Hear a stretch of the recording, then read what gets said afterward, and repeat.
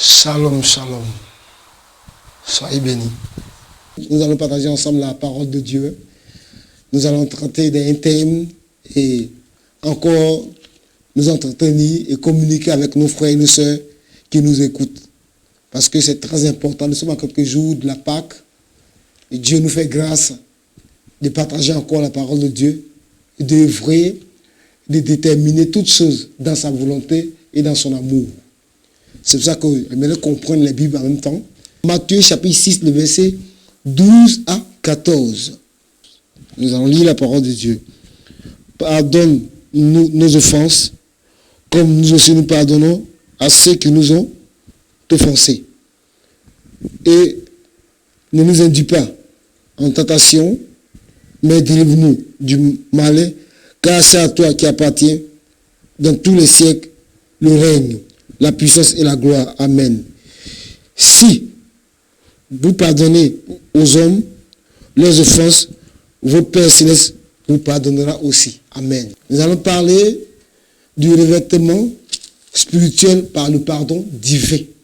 Il est important que nous traitons ensemble de ce thème et que nous sortons des paroles, nous sortons des réalités, nous sortons une exhortation par rapport à ce thème. Et pourquoi ? Parce qu'on a besoin de comprendre certaines choses. On a besoin d'entrer et d'approfondir et d'être orienté dans la parole, dans l'action du Seigneur. Nous allons parler tout à l'heure, nous allons lire Matthieu chapitre 6, le verset, on a dit 12 à 14. Nous revenons sur le thème qui parle du revêtement spirituel par le pardon divin. Le pardon divin, pourquoi ? C'est l'action de Dieu par rapport au peuple que nous sommes, les hommes, ceux qu'il a créés. Son action pour déterminer, pour intervenir, pour agir dans le sens du salut. Parce que le salut vient de Dieu. Et le salut est porté par lui-même vers nous. Et le salut pour nous, les hommes pécheurs. Mais un acte, une action, nous permet de sortir de la vieille nature pour entrer dans la nouvelle nature. Et au travers de cette nouvelle nature, nous avons la grâce de Dieu de parvenir à une action, la part du Seigneur, qui est le salut. Et ce salut passe par des réalités spirituelles, hautement spirituelles, qui interviennent dans l'action de ce que Dieu fait dans la vie des pécheurs qu'on était et que nous sommes, pour nous libérer du joug satanique et pour nous conduire dans le plan de Dieu. Le plan qui attend l'humanité afin que l'humanité comprenne que Christ est mort pour sauver les pécheurs que nous sommes. Et dans l'action de Christ, la volonté divine intervient au moment où l'homme se met du côté de Dieu et il entre dans le sacrifice pour que la puissance de Dieu soit avec lui. Et le sacrifice, c'est la croix. Et la croix, c'est Christ est mort pour nous les pécheurs. Matthieu, chapitre 6, le verset 15. Pour comprendre que Dieu dans sa parole, Dieu dans ce qu'il fait, amène la compréhension à ce que l'homme comprenne que la volonté de Dieu n'est pas que nous périssons. La volonté de Dieu n'est pas que nous soyons égarés. La volonté de Dieu n'est pas que nous soyons perdus. Mais la main triomphatrice de Dieu, la main salvatrice de Dieu, la main qui est engagée sort l'homme du plan qui était dressé contre lui, à savoir le plan satanique, à savoir le plan de l'enfer, à savoir le plan qui ne permet pas que l'homme soit en communication permanente et perpétuelle avec son Créateur et son Sauveur, le Seigneur Jésus-Christ de Nazareth. Donc, nous devons comprendre que par cette parole, par cette attitude, Dieu nous montre le plan de rédemption comment est-ce que l'action se déroule, comment est-ce que l'action est anticipée, comment est-ce qu'elle est engagée pour introduire le passage de l'homme vers le ciel, le passage de l'homme vers le salut, le passage de l'homme vers un ciel qui appartient à Dieu, qui intervient pour sauver sa vie. Amen. Nous allons lire Matthieu chapitre 6, le verset 15, qui déclare ici, mais si vous ne pardonnez pas aux hommes, vos pères ne vous pardonnent pas non plus vos offenses. Ce que Dieu nous dit, nous place dans une position dans laquelle Dieu va nous recevoir, mais au travers de ce qu'il a décidé pour nous. Donc on ne peut pas aller vers le Seigneur et ne pas entrer dans son plan, ne pas faire ce qu'il ordonne, ne pas faire ce qu'il décide. Parce que Dieu est véritablement notre Père. Dieu est notre Créateur. Et le salut, c'est par lui, par Jésus-Christ de Nazareth, que Dieu a envoyé mourir sur la croix pour que nous soyons sauvés. Et d'où l'intervention de la Pâque, d'où l'intervention de la saison pascale. C'est important que nous comprenions que c'est par Jésus-Christ seul, uniquement seul, par lui que nous obtenons la vie éternelle. Par lui que nous obtenons le pardon de nos péchés. Par lui que nous obtenons le salut. Nous devons comprendre par ses œuvres. Nous devons comprendre par cet engagement. Nous devons comprendre par ce qui se passe qu'il faut aller vers le Seigneur Jésus. C'est vers lui qu'il faut aller. Et donc la parole que nous lisons nous amène vers lui. Je le pense. Mais si vous ne pardonnez pas aux hommes, votre Père ne vous pardonnera pas non plus vos offenses. Il est important de comprendre. Il est important de savoir. Il est important d'analyser et d'entrer dans une position au travers de laquelle Dieu nous amène à comprendre ce qu'il veut faire. Je suis né pécheur. Tu es né pécheresse. Et par le péché, nous avons perdu dès le départ le plan de Dieu, la vocation divine, la vocation céleste. Donc qu'est-ce qui se passe? Christ vient, meurt à la croix, crucifié pour nous, donne sa vie en sacrifice, qu'en retour, par le pardon de nos iniquités, effacées par son sang, nous entrons dans le plan de rédemption que Dieu a tracé pour nous.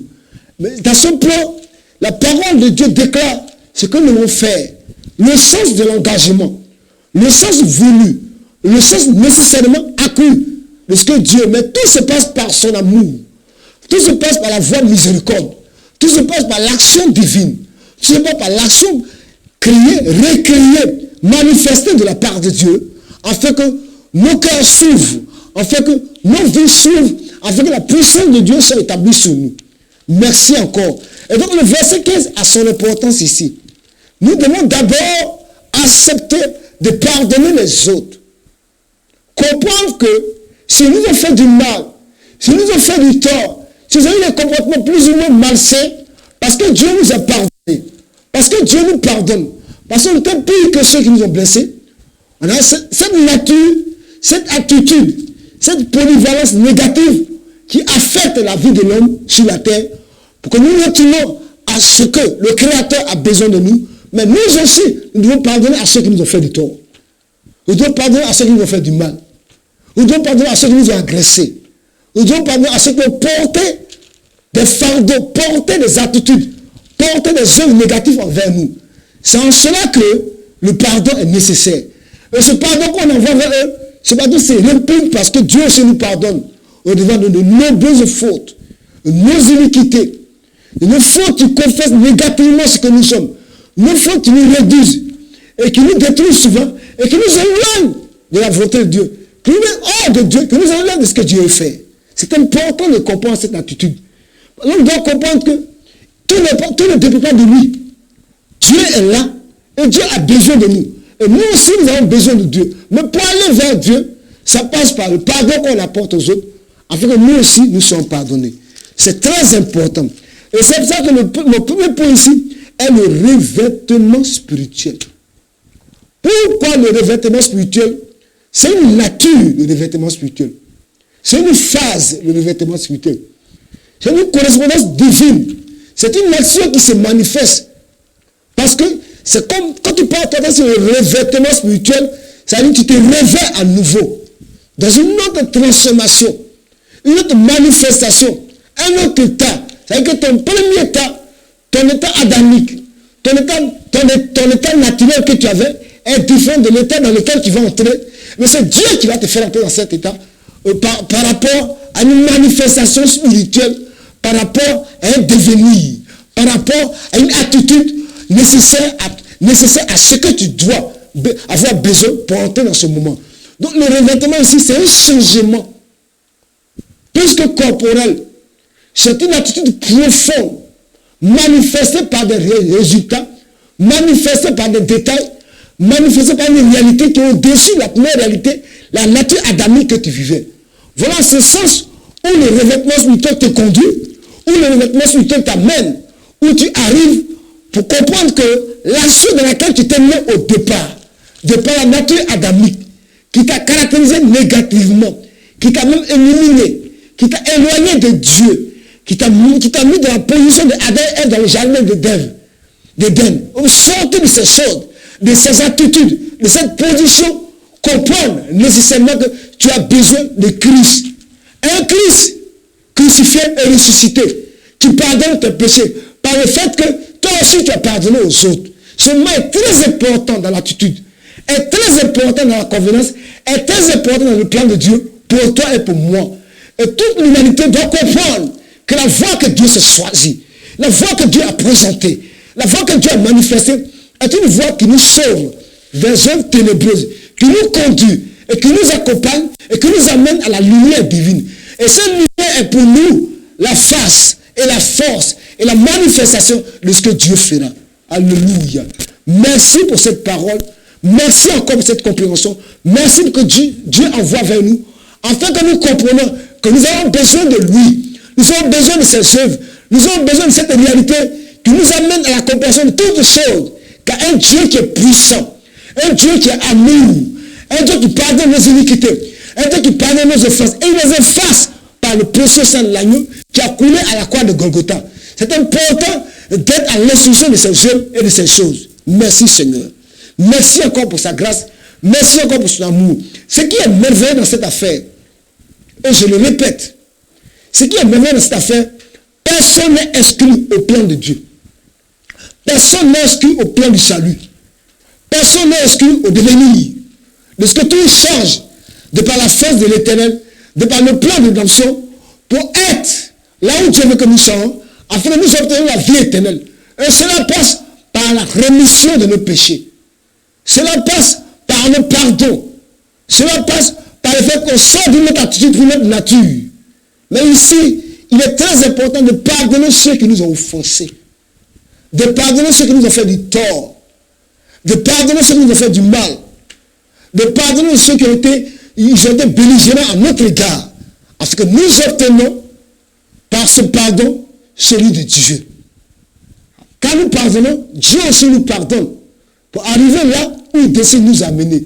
C'est très important de parvenir à cette compréhension. C'est très important de parvenir à cette attitude. C'est très important de parvenir à cette phase.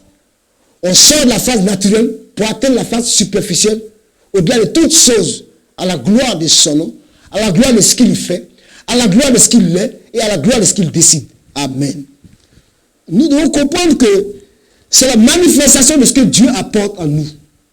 Par l'état de la première nature, cette nature adamique, cette nature pécheresse, cette nature qui tourne le dos à Dieu, cette nature qui nous éloigne de Dieu, nous allons entrer dans une autre étape, une autre nature quand le Seigneur nous a pardonné.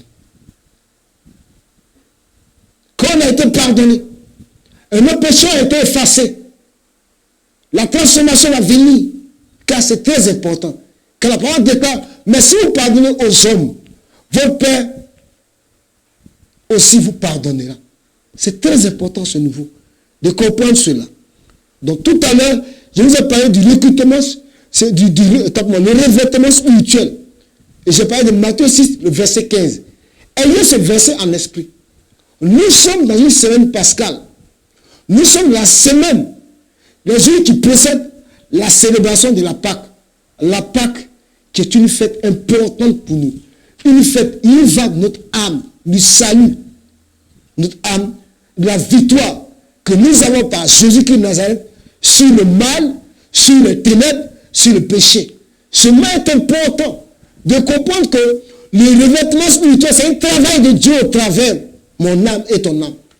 C'est un travail de Dieu au travers des actions spirituelles profondes, manifestées, élevées, qui agissent en nous. Parce que Dieu a besoin de nous.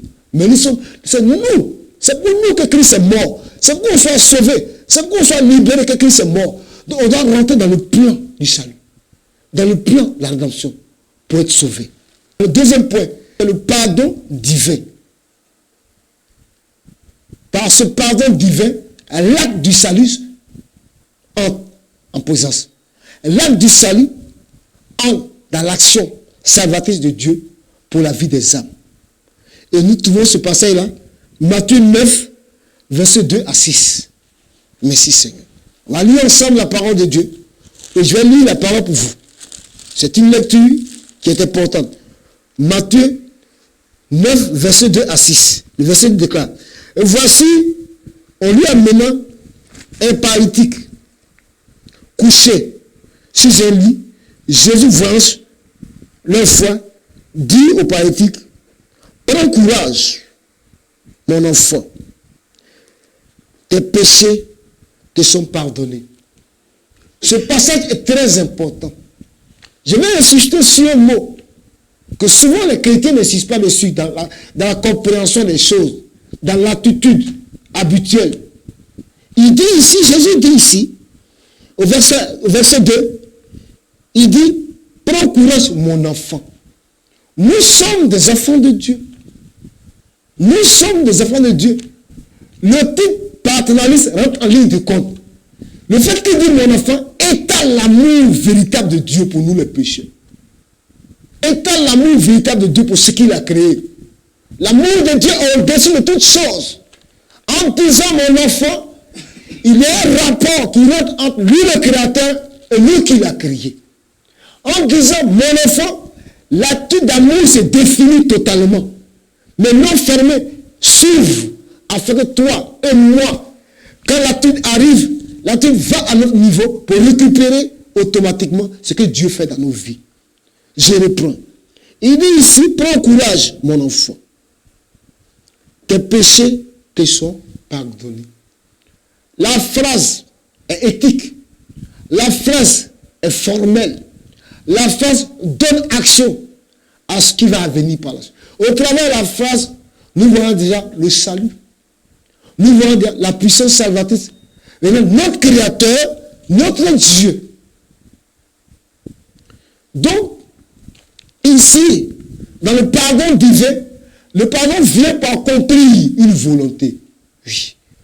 Le pardon vient pour étaler l'action salvatrice. Le pardon vient pour arrêter un plan satanique démoniaque voulu par l'ennemi contre les créatures que nous sommes pour Dieu, contre l'action divine. Mais Dieu ayant fait, Dieu ayant voulu, Dieu ayant souhaité, Dieu ayant planifié, Dieu ayant présenté, Dieu étalant ses œuvres, manifeste la force. Toi qui m'écoutes au travers de ces paroles, même si tu vis dans le péché, même si tu es dans le mal, oui, même si tu es malade, même si tu es ankylosé, même si tu es déçu, même si tu es au bord du suicide, même si tu as fait du mal, si tu regardes beaucoup de choses, et que le diable t'envoie des mauvaises pensées, qu'il crée en toi des actions, des attitudes, et tu ne sais plus à quel sein te vouer, comment te confier, comment faire, toi qui m'écoutes, quoi que tu fasses, qui que tu sois, le salut est encore possible pour toi. Le salut est encore possible pour toi.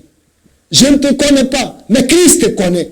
Sa lumière est sur toi. Où que tu sois, le fait que tu entends cette parole, tu suis cet élément, tu vois l'image, la lumière divine est sur toi. Elle est sur toi pour accomplir cette force inégalable, cette force surnaturelle, cette force active, cette force manifestée pour amener l'œuvre de Christ et sur ta vie.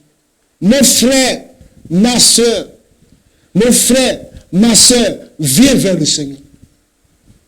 Arrive à la croix. Présente-toi à Dieu. arrive à la croix. Viens tel que tu es. Viens tel que tu es.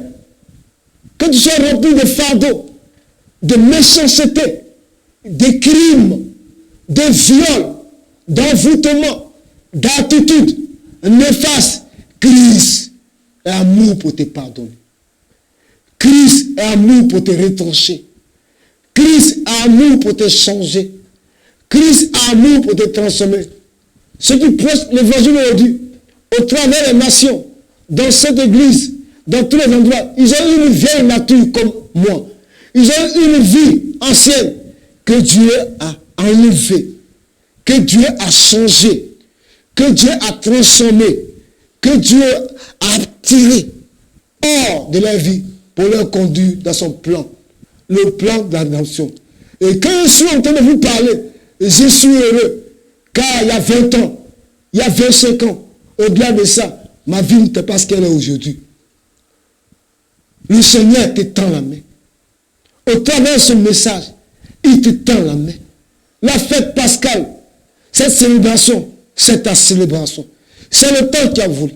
C'est le temps qui est resté pour toi. Ton temps est arrivé de te donner au Seigneur. Quoi que tu fasses, toi qui m'écoutes actuellement, si tu es dans une voiture, si tu es dans ta douche, dans ton salon, dans ton bureau, tu es quelque part, et que tu écoutes cette parole, et que tu suis cette vidéo, le moment est arrivé. Le moment est arrivé. Va vers ton Créateur. Va vers ton Sauveur. Le salut est prévu pour toi, afin que tu sois sauvé. J'ai aussi ici ce message. Il n'est pas technique, il n'est pas structurel, mais il parle à ton cœur. Il parle au cœur d'une femme. Il parle au cœur d'un homme. Il parle au cœur d'un jeune homme. Il parle au cœur d'une fille. Il parle au cœur de quelqu'un. Christ sonne à ton cœur. Christ sonne à ton cœur. Pour que tu ouvres, il entrera. Il sonne à ton cœur. Il a besoin de toi. Cette parole est pour toi. Cette parole est pour toi. Il sonne dans ton cœur. Tu vas sortir de cet hôpital avec une guérison. Oui, je pense à toi. Et tu rentres à la maison. Et tu rendras témoignage. Et si tu te reconnais, rentre en contact avec cette télévision. Rentre en contact avec cette télévision. Et tu leur diras, le prédicateur Auré Alain, le prophète Auré Alain, c'est de moi il parlait. Il s'agissait de moi. Le Saint-Esprit est passé par lui pour lui dire que je suis guéri. Alors nous revenons sur le message. Nous revenons. Et le message de base est le revêtement spirituel par le pardon divin. Nous sommes dans un précieux temps du pardon divin. Et ce pardon, c'est Dieu qui nous octroie ce pardon. C'est Dieu qui nous envoie ce pardon. C'est le Créateur, par la personne de Christ mort à la croix, et ressuscité le 3e jour.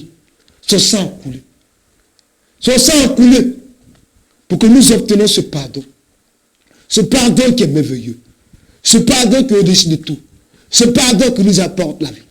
Et le thème est le revêtement spirituel par le pardon divin. Matthieu 6, verset 12 à 4. Pour ceux qui nous prennent en marche actuellement. On était à la première partie de la prédication qui parle du revêtement spirituel. On a lu Matthieu 6, verset 15.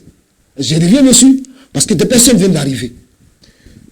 Sur quoi quelques scribes dit au-dedans d'eux, c'est un blasphème.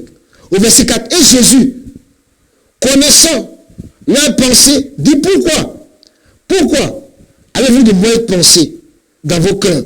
Au verset 5, car lequel est le plus aisé de dire tes péchés sont pardonnés ou de dire lève-toi et marche? Au verset 6, il est dit, or, afin que vous sachiez que le Fils de l'homme, il parle de lui-même, a sur la terre le pouvoir de pardonner les péchés. Il dit en même temps à ceux paralytiques, lève-toi, dit-il aux paralytiques, prends ton lit et va dans la maison. Et il se leva et s'en alla dans sa maison. Au verset 8, quand la foule vit cela, elle fut saisie de crainte. Elle glorifia Dieu qui a donné aux hommes un tel pouvoir. Nous devons comprendre par là que un miracle qui vient de Dieu est différent d'un miracle qu'on voit dans ces endroits. Un miracle qui vient de Dieu a le caractère divin. Un miracle qui vient de Dieu nous touche personnellement. envoie souvent à nous la crainte et la joie. Et quand je le dis, je sais de quoi je parle. Le miracle qui vient de Dieu est très important. Ça caractérise la grandeur de Dieu, la suprématie de Dieu, l'auteur et le plus-value de Dieu. Et Dieu au-dessus de tout. Et le miracle parle de lui-même. Et le miracle glorifie son nom. Et le miracle élève sa sainteté. Et le miracle remarque et redéfinit ce qu'il fait sur la terre. Oh, merci Seigneur. Merci pour ce témoignage. Merci pour cette grâce. Merci pour cette victoire. Comprenez, Christ au travers de ce message. Christ au travers de ce qui sort de ma bouche. Christ au travers de ce qu'il fait. Et Christ au travers de ce temps. Quoi que qui te bloque, quoi que qui te fatigue, quoi que qui t'anéantit, quoi que qui t'empêche, cette main droite que je lève, que le Seigneur pense à toi, que le Seigneur envoie ses regards sur toi, par ses simples regards, par une simple parole, par une simple motivation, par une simple décision, il te libère, il te guérit, il te libère, il te guérit. Au même moment, je suis en train de parler, le Seigneur me parle, j'ai dit à cette femme, essuie tes larmes dans ce foyer, essuie tes larmes, ne t'attriste pas, ne cherche pas à quitter le foyer, ne cherche pas à quitter le foyer. Je parle à une personne qui est en dehors de la Côte d'Ivoire, ne t'attriste pas, ne cherche pas à quitter le foyer. Dieu va restaurer ce foyer. Il va restaurer ce foyer. Il va te libérer, occasionner, de par sa grâce, que la tranquillité soit dans ce foyer et sa main soit là. Et tu seras saisi de crainte et glorifieras Dieu. Et la victoire sera son partage. Oh, merci Seigneur Jésus. Merci pour tout ce que tu fais. Merci pour tous ceux qui m'écoutent. Merci encore pour toutes ces personnes qui sont en gemme. Toutes ces personnes qui sont en train de prier dans les communautés, dans les églises, en cherchant la face de Dieu, en cette semaine sainte. Que ton nom soit glorifié sur les vies. Nous passons à la dernière partie, qui est la puissance restauratrice. Quand on parle de la puissance restauratrice, la puissance qui transforme. La puissance qui donne le salut. Cette puissance légale de façon divine. Cette puissance attractive. Cette puissance qui est au-dessus de toutes choses. Cette puissance qui montre la voie sûre. Qui valide le salut. Qui attire la prééminence divine. Au travers de cette puissance, la force de Dieu sur toi. Si tu es malade et que tu m'écoutes, si tu es fatigué et que tu m'écoutes, si tu es blessé moralement, spirituellement, physiquement et que tu m'écoutes, cette puissance parvient à toi.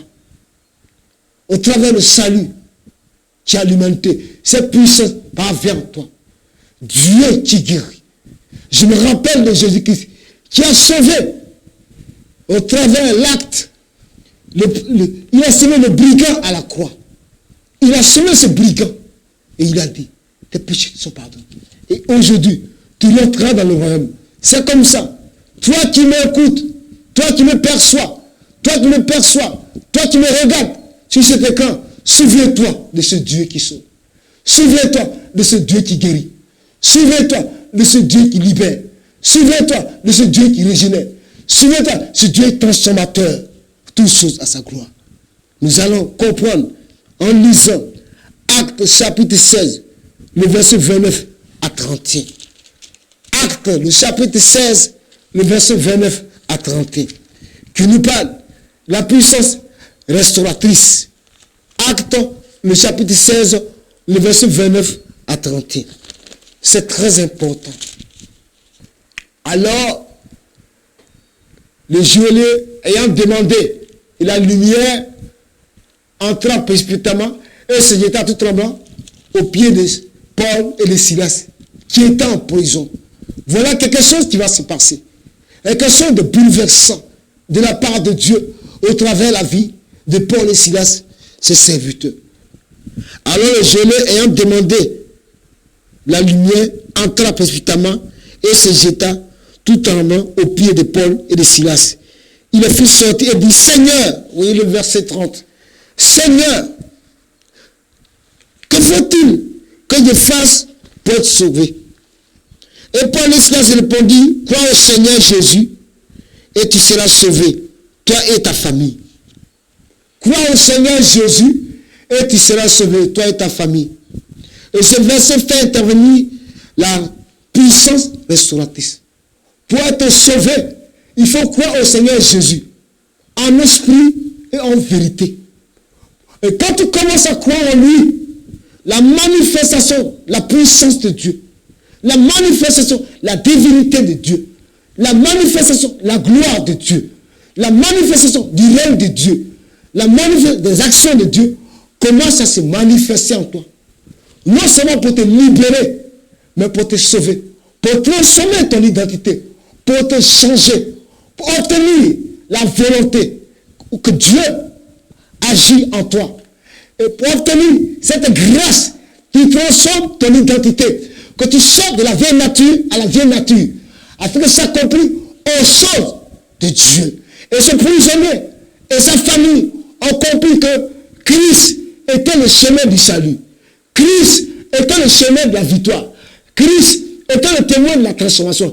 Christ était le chemin qui a abouti et qui a agi afin que nous rencontrions à la vie éternelle notre Créateur, notre Dieu, arrivé aux œuvres manifestes. Et la personne que tu étais avant, si mauvaise que tu étais, si méchante que tu étais, si maladroite que tu étais, il transforme ta vie. Car tu es rentré dans le plan de la rédemption, dans la voie de la rédemption, et la transformation de ta vie se manifeste. Au même moment, je suis en train de parler. Toi qui es malade, toi qui es fatigué, toi qui es ankylosé, toi qui es déçu, toi qui n'as plus de solution, laisse Christ entrer dans ton cœur par sa parole. Laisse Christ pardonner tes péchés. Oh, répands-toi là où tu es. Reviens vers ton Dieu. Crie à lui.